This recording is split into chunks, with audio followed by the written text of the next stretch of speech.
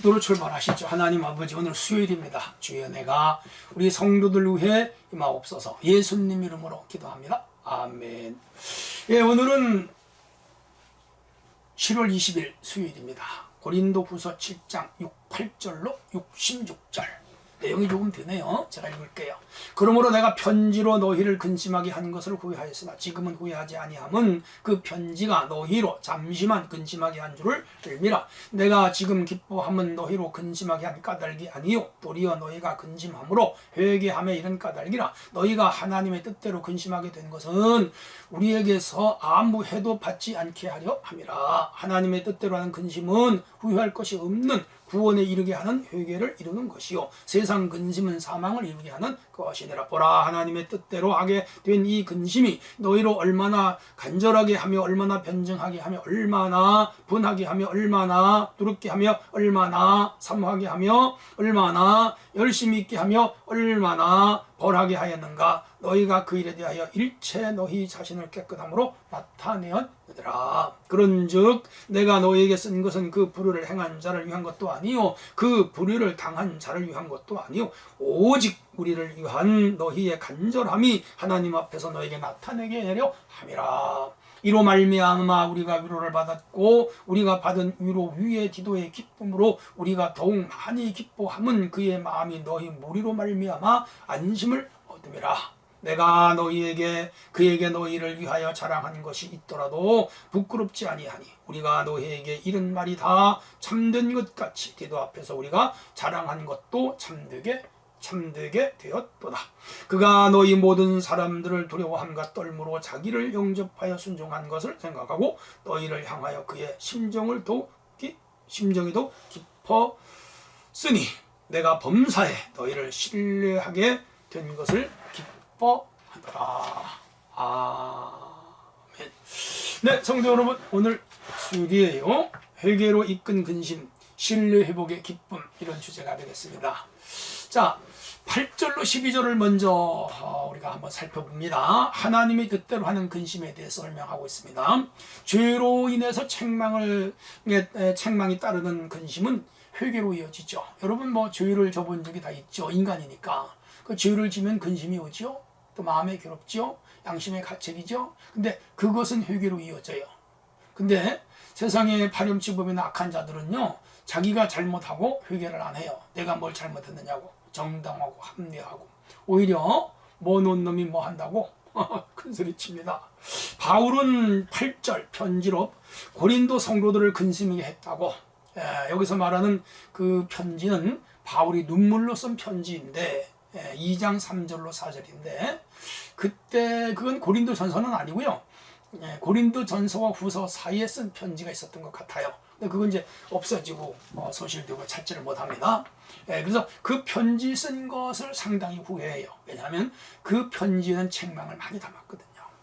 그 편지를 보낸 후에 아주 많은 근심을 하면서 내가 괜히 그 편지를 보냈다, 괜히 썼다 후회했어요. 목회자들의 심정이에요. 때로는 강단에서 설교를 할 때 좀 심한 말을 하는 경우도 있습니다. 책망조의 말을 하는 경우도 있는데 그거 하고는 후회 많이 하죠. 내가 왜 그 말을 했지? 또 어떤 성도가, 믿음 약한 성도가 실족하면 어떻게 하나, 그런 근심을 할 때가 있습니다. 바울의 심정을 저는 충분히 이해해요. 하지만 성도들이 잠시만 근심을 했고 결국 자기 편지를 읽고 다들 회개했다는 거야. 이게 바울의 마음이죠. 자녀를 혼을 내준 부모의 마음은 아프지만 자녀가 그 혼이 난 후에 달라졌다. 그러면 그 혼낸 것이 유효했던 것이죠. 바울의 편지가 그런 것이었죠. 그래서 하나님의 뜻대로 하는 근심은 우리로 하여금 자신의 허물과 죄를 깨우쳐서 회개하여 구원에 이르게 하는 근심이다. 그러니까 우리가 선한 근심은 해야 돼요. 이건 내가 나쁜 일인데, 이 일은 하면 안 되는데, 내가 그 말은 괜히 했는데, 이렇게 되면 죄가 되는데, 이런 근심은 해야 회개하고 구원을 받아요. 근데 그런 선한 근심을 하지 않으면 이 사람은 희망이 없어요. 가능성이 없어요. 축복이 없죠. 그래서 이 바울의 말씀이 이해가 가죠. 선한 구원은, 선한 그 근심은 회개를 통하여 구원에 이른다. 그래서 하나님의 뜻대로 하는 근심은 유익하다. 그러나 세상에 쓸데없는 근심, 염려, 걱정, 고민, 갈등, 범민 이런 건 다 버려야 돼요. 다만 하나님 안에서 하는 근심은 필요하다. 자, 13절로 16절입니다. 성도의 변화와 성숙은 사역자의 기쁨이 됩니다. 맞아요. 여러분 자녀가 점점 커가는 거 기쁘죠? 일어서고 어린애기가 말을 하고 뛰어다니고 재롱을 부리고 그리고 이제 글을 배우고 아이고 학교를 다니고 그러면 얼마나 귀해요. 얼마나 예뻐요. 예? 마찬가지예요. 성도가 점점 믿음이 자라서 예배 생활 잘하고 기도 생활 잘하고 전도하고 열심히 착실하게 살고 선하게 살고 말씀대로 살고 그러면 보람이죠. 큰 보람이죠. 바울은 고린도 교회 성도들을 편지를 받았어요. 누구를 통해서? 디도를 통해서. 그리고 이제 그들이 감정적으로 바울에 대하여 반응하지 않고 회개했다는 거예요. 큰 위로를 받아요. 거기다가 그들이 디도를 환대했습니다. 잘 재워주고 잘 먹여주고 아마 올 때 여비도 좋겠죠. 그래서 그거에 대해 너무너무 감사하고 있습니다. 그래서 디도를 고린도에 보내면서 그에게 고린도 성도들을 자랑한 적이 있는데 결코 내가 그때 그 고린도 교회 교인들을 자랑한 것이 부끄럽지 않다. 그렇게 말할 정도로 아주 뿌듯했습니다. 그러 오늘 우리는 주님 앞에 주님이 보시기에 뿌듯한 성도가 되어야 되고 또 목회자가 볼 때에 뿌듯한 성도가 되도록 그렇게 살아가야 될 것입니다. 자, 고린도 성도들은 디도를 두려움과 떨므로 영접했는데 이는 그를 정중히 대하고 따뜻하게 환대했다는 뜻입니다. 디도 한 인간 자체도 귀하게 여겼지만은 디도를 보낸 바울을 귀하게 여긴 것이죠. 마치 외국 대사가 우리나라에 왔다면 우리나라가 그 대사를 잘 환대하는 것은 그 나라의 정상을 환대하는 것과 같은 이치가 되겠죠. 자, 그래서 이 고린도 성도들을 향한 디도의 신뢰는 곧 그들을 향한 바울의 신뢰로 이어졌고 바울이 고린도 교회를 이제 신뢰하면서 고린도 교회는 바울에 대하여 바울은 고린도 교회에 대하여 이제 서로 상호 신뢰가 생겼고 기쁨이 넘치게 됐습니다. 이청준 목사님 같은데 에세이가 참 설명할게요. 목사는 다양한 질문을 받습니다. 교제하는 사람과 갈등이 생겼는데 결혼을 해야 됩니까? 뭐 이런 거라든지 부모님이 교회를 다니면서 은혜를 못 받는데 어떻게 하면 좋겠습니까? 뭐 여러 가지 답을 요구할 때 정성껏 답을 해줍니다.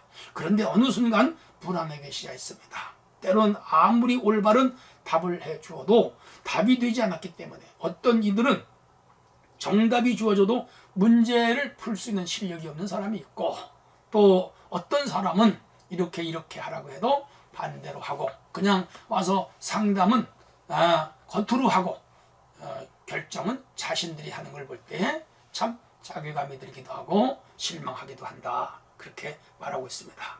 그러면서 이분은 성령의 정답을 얻기 위해 씨름을 하라. 이제부터 상담하면 상담자가 오면 그렇게 말하는 상담자가 이렇게 해석해주고 저렇게 해석해주는 것보다는 이제는 성령님께 답을 얻기 위하여 씨름을 하라. 그렇게 가르친다는 거예요. 당장 배가 고파 물고기를 얻는 것보다는 물고기를 잡는 법을 가르치라는 유대인의 격언을 이분은 생각하는 것이겠죠. 자, 그래서 기도로 엎드리고 말씀을 읽으면서 그 말씀 속에서 하나님의 뜻을 찾고 성령님께 음성을 듣고 성령님의 마음의 감동을 듣고 그리고 늘 묵상하고 또 자신의 삶을 반추하면서 그렇게 자기의 자신의 능력을 키워나가라. 쪽집게 강사처럼 이런 건 이렇게 하고 저런 건 저렇게 해라. 그렇게 목회자가 지도하고 가르쳐서 살아가는 것은 결코 건강한 교인이 될 수가 없다라고 그렇게 가르친다고 합니다. 맞아요.